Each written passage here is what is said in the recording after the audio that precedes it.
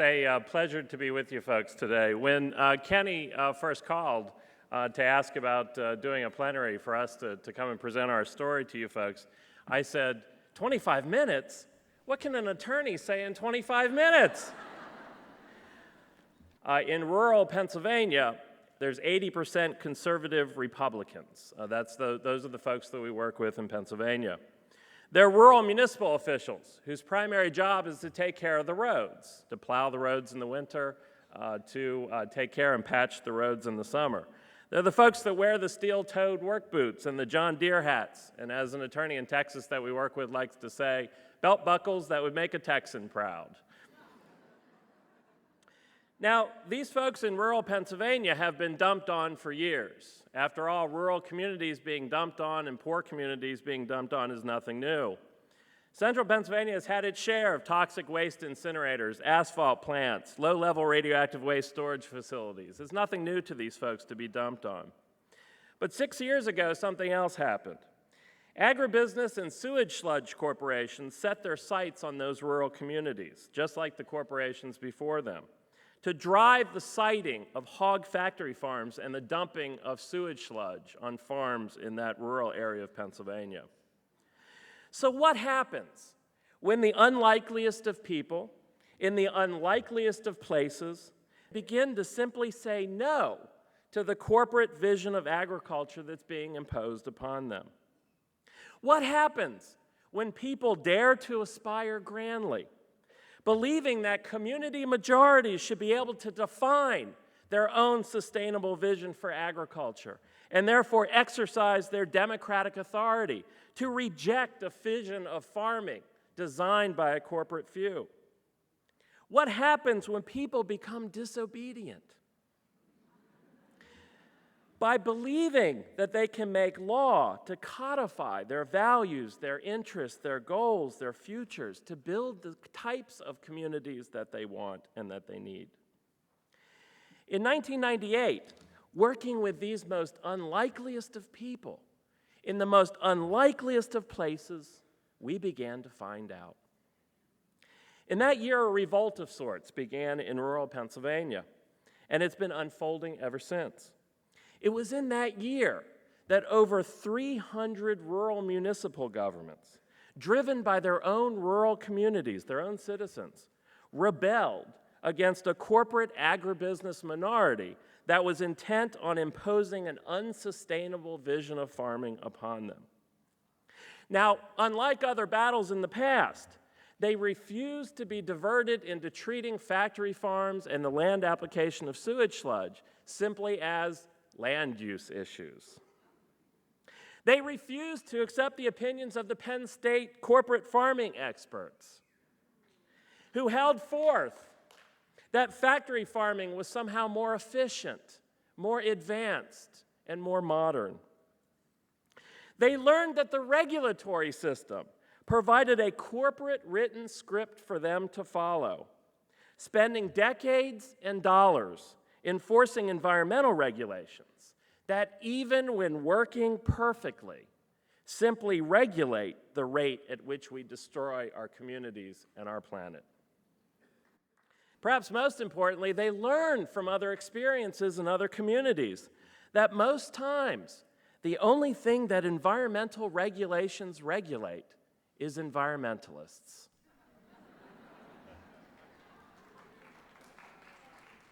They learned, as Richard Grossman has been teaching for the past decade, and he has explained on this very Bioneer stage, that every single environmental issue isn't a single issue at all, but can be traced directly to the subordination by the law of the rights of communities to the rights of the corporate few. They learned that the bullies who run this place line their pockets and enhance their power by both stopping majorities from forming, by stopping people from linking hands for a sustainable future, but also, when forced, they pull out the Constitution. They wield the law. They wield the Constitution as corporate rights to override those majorities when they have the energy to form. And with that understanding, our rural communities began to create majorities by reframing the otherwise single issues that they were faced with in rural Pennsylvania. They asserted that we wouldn't have factory hog farms except for this corporatization of agriculture in this country, in which 4 corporations now control over 70% of hog production in the United States. 70% of hog production, 4 corporations. In the United States, we've lost 300,000 farmers over the past 20 years.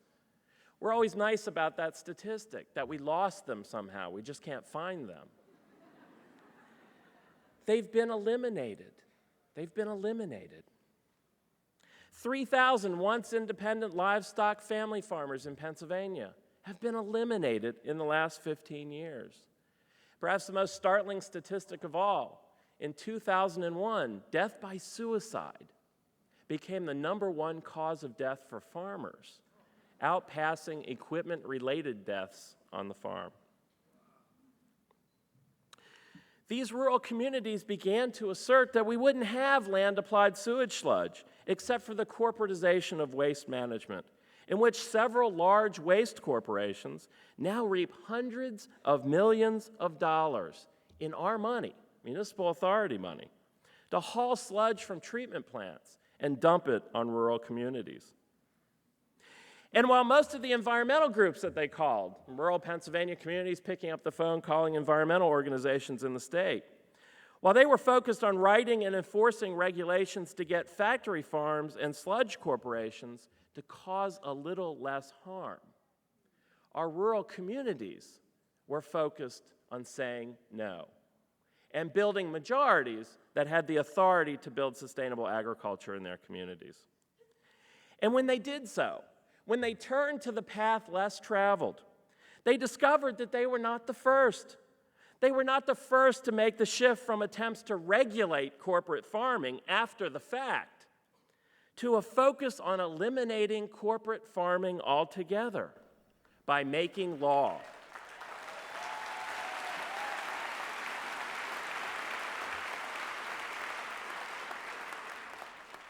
They discovered that beginning in 1904 in places like Oklahoma, continuing into the late 90s in 8 other Midwestern states, that community majorities in those 9 states had worked to protect a family farmer-based marketplace by passing statewide laws that ban agribusiness corporations from owning or controlling farms.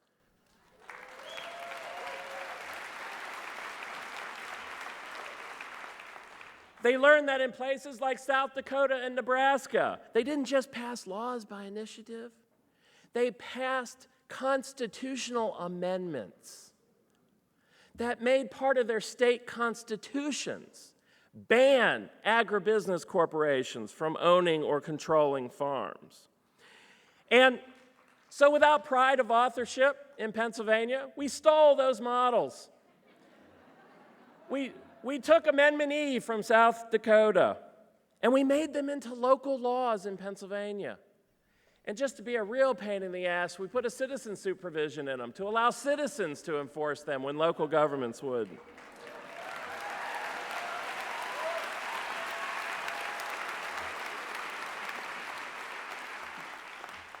So what happened when we took these local laws that we had drafted and we sent them out to our community of 300, 400 rural municipal governments faced with these issues, factory farming and the land application of sludge?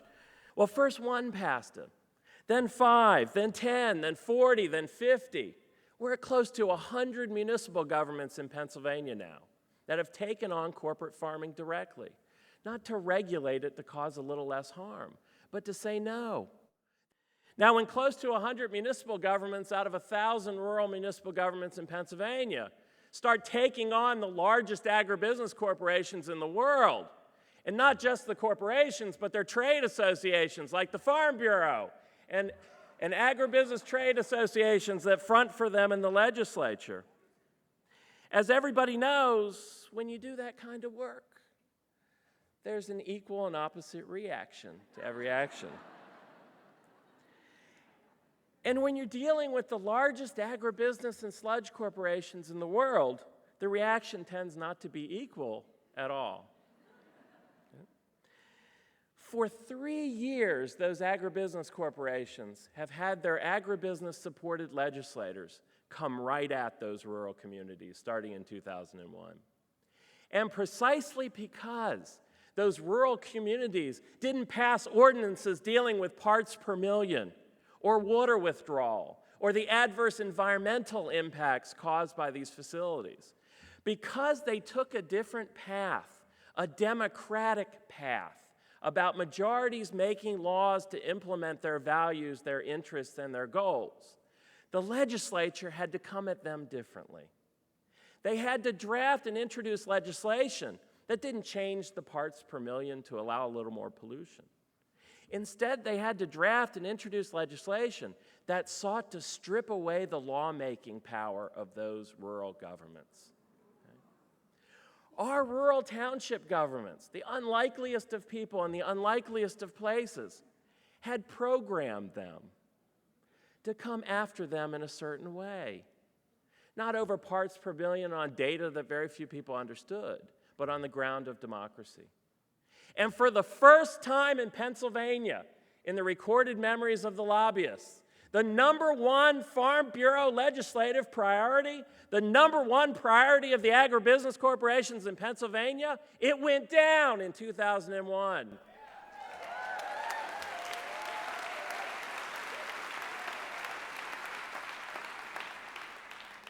And it went down in 2002. And it went down for another very large reason. Not just that they had programmed the legislators to come after them in an anti-democratic piece of legislation, but because the coalition that we reached out to was much different than any other coalition that had ever before been seen in Pennsylvania. Yes, it was cranky, but it was big. And who were the members? The United Mine Workers came on board because their workers had gotten sick from sludge being spread on mine reclamation sites. The Pennsylvania Farmers Union, the AFL-CIO, the Pennsylvania Association for Sustainable Agriculture, and yes, the environmental groups came in because they saw it as being more effective. Because in each one of those municipal governments that had passed these ordinances, reframing it into something else other than just an environmental issue, in those townships, not one new teaspoonful of sludge has been spread. Not one new factory farm has been cited.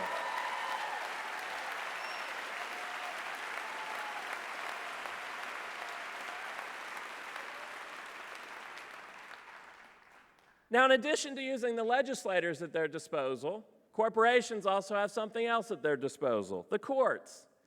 And so they picked on the littlest guy, one of the most rural townships in Pennsylvania they picked on. And what did they do? They filed a lawsuit. And what did the lawsuit say? It said that that anti-corporate farming law that you'd adopted as an ordinance, it violates our corporate constitutional rights. Right? It violates our due process and equal protection rights under the corporation. Because haven't you heard, silly folks? Corporations are persons. And on the front page of the complaint, it said, we are corporations, we are persons. And your ordinance, even though you formed a majority to codify your values, interests, and goals, your ordinance is unconstitutional. Unconstitutional. So our folks in Pennsylvania, they got a copy of the complaint. We made a bajillion copies of it and spread it over our rural communities. And our rural supervisors, those guys with the John Deere hats and the shit kicker boots, they got a copy of this complaint. And they said, now we understand what Tom was talking about all those years. It's not abstract. It's not academic, this corporate rights concept. It hits us. And it hits us when we manage to build the majorities to move law forward. So we give various updates to township governments, rural governments, community groups across the state about where this stuff sits. And I always remember 2 years ago, standing in one of those places giving an update. And a rural township supervisor put up his hand and he said, Mr. Linzey, this is great that we can pass sludge ordinances and factory farm ordinances. We're even moving into sprawl and land development issues about the corporatization of sprawl. And that's good stuff. But what good is it if we pass an ordinance, one of these issue ordinances? We can still get sued. And we have to spend $100,000 going through depositions and discovery. We have to go through that whole process of being sued and being defendants. And we looked back at him and said, what do you want us to do? We're a small organization. We've helped you fight off these legislative attempts for 3 years. We built this cranky coalition statewide to stop the legislation from going through. We're now defending this lawsuit dealing with corporate constitutional rights. What do you want us to do now? And they said, what we want. We want to eliminate corporate constitutional rights at the municipal level.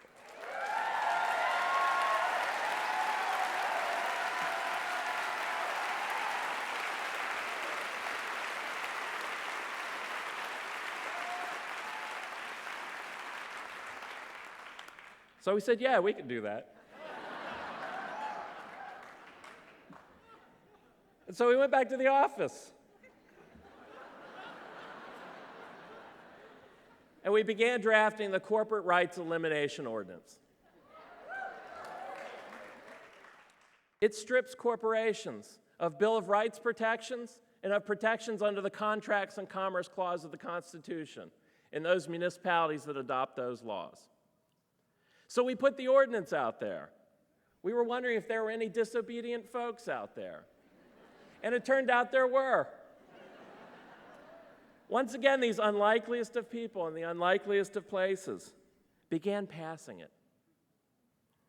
First, a place called Porter Township in Clarion County, an hour and a half north of Pittsburgh, unanimously voted to adopt a binding law, becoming the first in the country to pass a binding ordinance eliminating corporate constitutional rights.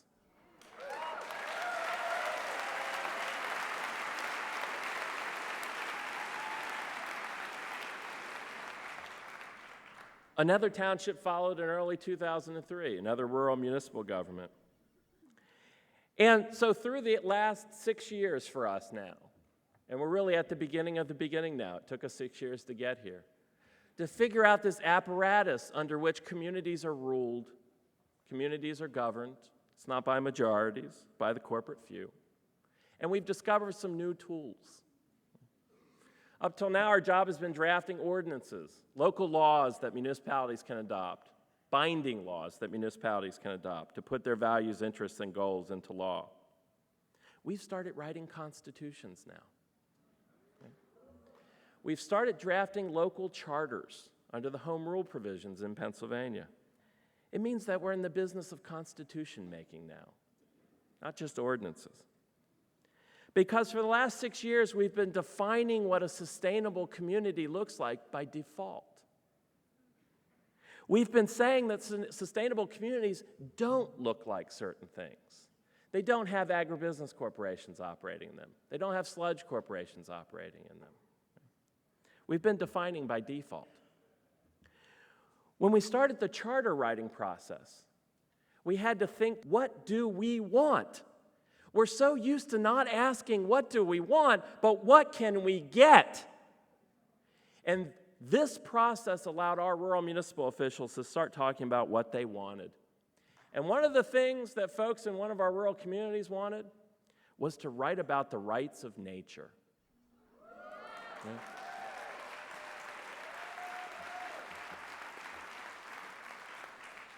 I always get in trouble for saying this, but in the United States, we've never had an environmental movement. We've never had an environmental movement. The reason is that movements in this country drive rights into the Constitution. They drive rights into the fundamental governing frameworks of communities and the country and states. That's what constitutions do. We've never had an environmental movement in this country because the environmental movement has never sought to drive constitutional rights for nature into the Constitution. Okay? Now, when we look back at other movements, they didn't screw around with regulating things. The abolitionists didn't ask for a slavery protection agency, right?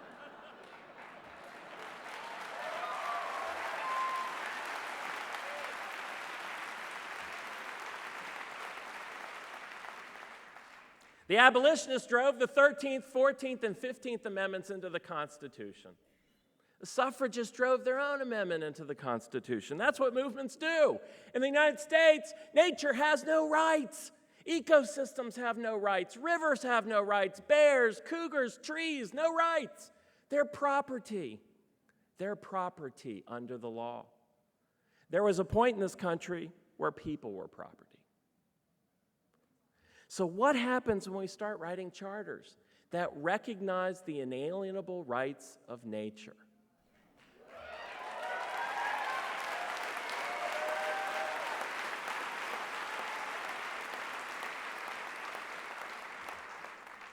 Not their usefulness to us or their value to us, but their rights in and of themselves. And what happens when those provisions give people the power to stand in as trustees, to litigate the rights of nature? That's where it gets exciting. Now, these charters, what else are we doing? Well, we're writing in a guarantee for independent family farmers to access markets. We're expanding rights through law, not just by begging legislators to make a change. People used to call the office, hey, we've heard something's happening in Pennsylvania, we want to know what it is. And more than that, we want to copy it. We want to do it where we're at. And we used to spend 3 to 4 hours on the phone trying to explain what's happening in Pennsylvania to them, until somebody, much brighter than us obviously, said, why don't you create a school? Why don't you create a school to teach this organizing model of taking single issues and reframing them about corporations and corporate rights, and then moving organizing campaigns based on that principle, not just on minimizing adverse environmental impacts. And we said, sure, we're going to do that. And we set one up at Wilson College in Chambersburg, Pennsylvania. To our amazement, folks from 14 states have flown into those schools, those 3-day intensive training seminars.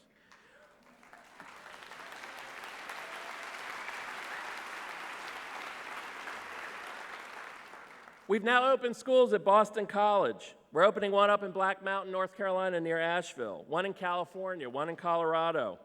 In Santa Fe, New Mexico, we're having one at the end of January. Okay? Now, a lot of folks find this stuff kind of discouraging and depressing. The concept that we can't deal with toxics, we can't deal with factory farms, we can't deal with sludge, we can't deal with water privatization, we can't deal with sprawl, we can't deal with GMOs. Until we deal with the power of the corporate few to define our culture and defy by law our ability to build sustainable communities and protect the natural world. And to close, I'd like to read a quote from Sam Smith. He's the editor of the Progressive Review. Okay? Sam's not discouraged. Sam writes, quote, in a perverse way, our predicament makes life simpler. We have clearly lost what we have lost. We can give up our futile efforts to preserve the illusion and turn our energies instead to the construction of a new time. It is this willingness to walk away from the seductive power of the present that first divides the mere reformer from the rebel. The courage to emigrate from one's own ways in order to meet the future, not as an entitlement, but as a frontier. Thank you.